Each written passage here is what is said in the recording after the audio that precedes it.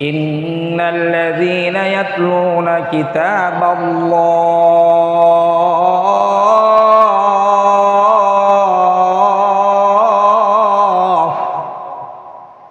ইন্নাল্লাযীনা ইয়াতলুনা কিতাবাল্লাহ, নিশ্চয়ই ওই সমস্ত ব্যক্তি যারা আল্লাহ সুবহানাহু ওয়া তাআলার কুরআনুল কারীম তেলাওয়াত করবে। ওয়া আকামুস সালাহ, নামাজ প্রতিষ্ঠা করে। নিশ্চয় যেই সমস্ত ব্যক্তিরা আল্লাহ তাআলার কালাম তেলাওয়াত করে নামাজ প্রতিষ্ঠা করে। ওয়া আনফাকু মিম্মা রাযাকনাহুম সিররান ওয়া আলানিয়াহ, এবং আল্লাহ সুবহানাহু ওয়া তাআলা তাদেরকে যে রিজিক দান করেছেন, আল্লাহ তাআলার প্রদত্ত রিজিক থেকে গোপনে হোক আর প্রকাশ্য হোক দান খয়রাত করে। তাহলে এই আয়াতে কারিমার মাঝে আল্লাহ সুবহানাহু ওয়া তাআলা কয়টা বিষয় বলতেছে দেখেন।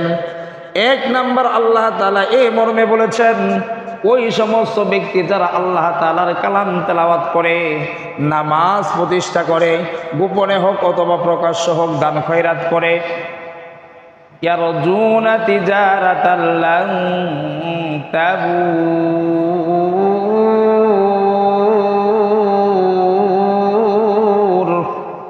তারা এমন এক ব্যবসা করে যে ব্যবসার মাঝে কোনো লস নাই। সুবহানাল্লাহ।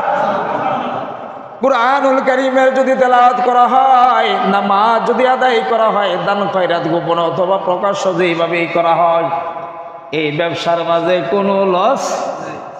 আল্লাহ বলছে তিজারাতান মানে ব্যবসা। তাহলে যারা আমাদেরকে ধর্ম ব্যবসায়ী বলে, ওদের প্রতি আমাদের কোনো অভিযোগ নাই, কারণ আল্লাহ এই ব্যবসা করতে বলতে। সুবহানাল্লাহ কোন। কিন্তু দুর্ভাগ্যজনক হলে এই কথা সত্য, তারা কোন ব্যবসা হরে করুক গে। কথা বুঝাইতে পারছি?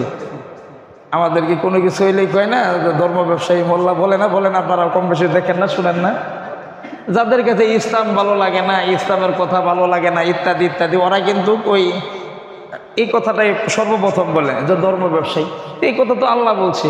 এখন নামাজ পড়লে যদি ধর্ম ব্যবসায়ী কেউ হয়ে যায়, কুরআনুল কারীম তেলাওয়াত করলে যদি কেউ ধর্ম ব্যবসায়ী হয়ে যায়, দান খয়রাত করলে কেউ যদি ধর্ম ব্যবসায়ী হয়ে যায়, তাহলে এই ব্যবসার মধ্যে লস নাই বলছে কে? আরো জোরে কোন, কে বলছে? তাহলে এই ব্যবসা আমরা মরার আগ পর্যন্ত যেই রকমই পারি করার চেষ্টা করবো তো ইনশাআল্লাহ। লস আছে এই ব্যবসায়?